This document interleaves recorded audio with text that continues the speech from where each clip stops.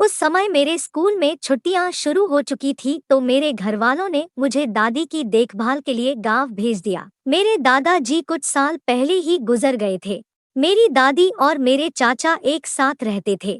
चाचा की शादी तो हुई थी, लेकिन उनकी अपनी पत्नी के साथ अधिक बनी नहीं और शादी के कुछ साल बाद ही उनका तलाक हो गया था और उनका कोई बच्चा भी नहीं था। दादी के घर आने के बाद मैंने घर के काम का काफी जिम्मा अपने ऊपर ले लिया था, ताकि मेरी दादी को कुछ दिन आराम करने को मिल जाए।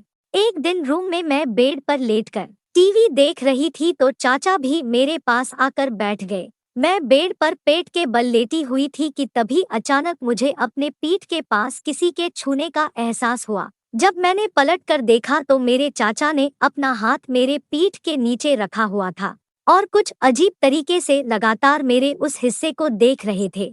उनकी ये हरकत मुझे बिल्कुल भी अच्छी नहीं लगी, लेकिन मैं उनकी इस हरकत को नजरअंदाज करके वहां से चली गई और उनकी इस हरकत के बारे में किसी को भी नहीं बताया। कुछ दिनों बाद अचानक एक दिन दादी की तबीयत बहुत खराब हो गई, तो चाचा ने दादी को हॉस्पिटल में एडमिट करवा दिया। उस हॉस्पिटल में किसी को भी रात में रुकने की इजाजत नहीं होती थी, इस कारण मैं और चाचा दोनों घर चले गए। खाना खाने के बाद मैं दादी के कमरे में अपना कुछ काम कर रही थी। तभी चाचा ने मुझे आवाज दी, जो कि अपने रूम में थे।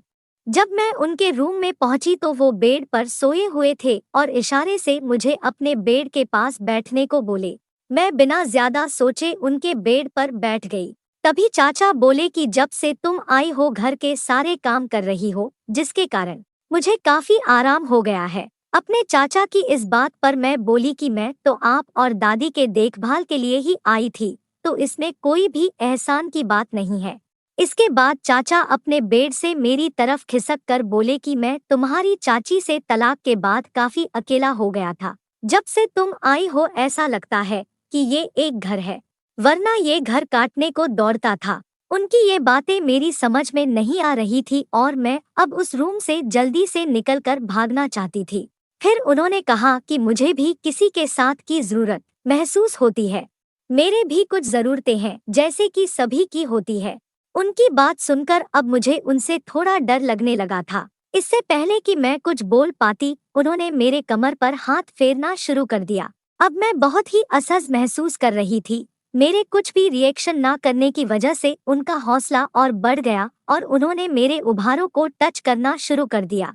फिर उन्होंने कहा कि तुम्हें भी तो जरूरत महसूस होती होगी, तो क्यों ना हम दोनों अपनी जरूरतें एक दूसरे से पूरी कर लें और इसके बारे में किसी को कुछ भी पता नहीं चलेगा। उनकी बात सुनकर अब मैं उनके इरादे समझ गई थी, इसलिए डर के कारण मेरी जुबान पर तो जैसे ताला लग गया हो। तभी उन्होंने मेरा हाथ अपने हाथ में ले लिया और बोले कि तुमको जब से देखा है मैं ये सब तुमको बताना चाह रहा था, लेकिन आज मौका मिला है तो बता रहा हूँ। फिर उन्होंने मेरा हाथ पकड़कर किस कर लिया।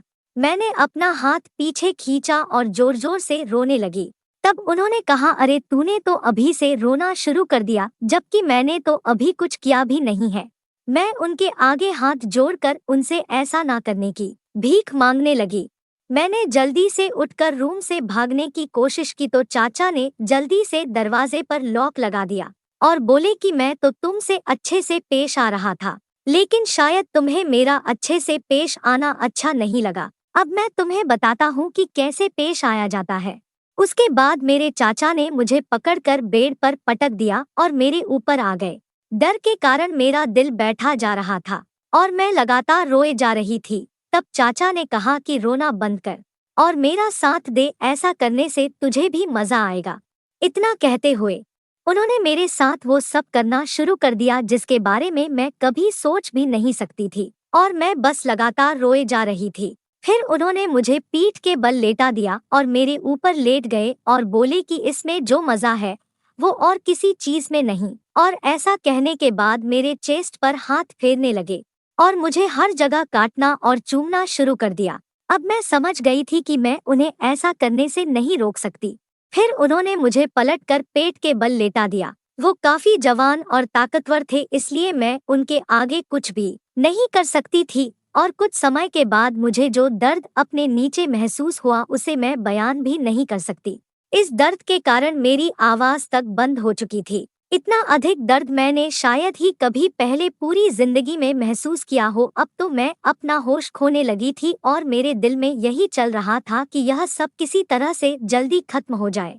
फिर काफी देर के बाद जब मेरे चाचा ने अपना काम खत्म किया तब तक मैं बेसुध सी हो चुकी थी। जब मुझे हल्का हल्का होश आया तो देखा कि वो उसी रूम में बैठकर मेरे होश में आने का इंतजार कर रहे थे। उन्होंने मुझे होश में आता देख कहा कि मुझसे गलती हो गई है। मैं खुद पर काबू नहीं रख पाया। प्लीज इसके बारे में किसी को कुछ भी ना बताना। मैं बस किसी तरह से उनसे दूर जाना चाह रही थी, इसीलिए मैंने उनकी हाँ में हाँ मिला दी। उसके बाद मैंने अपने कपड़े सही किए और जल्दी से दादी के कमरे में आकर अपने घरवालों को फोन करके सब कुछ सच सच बता दिया।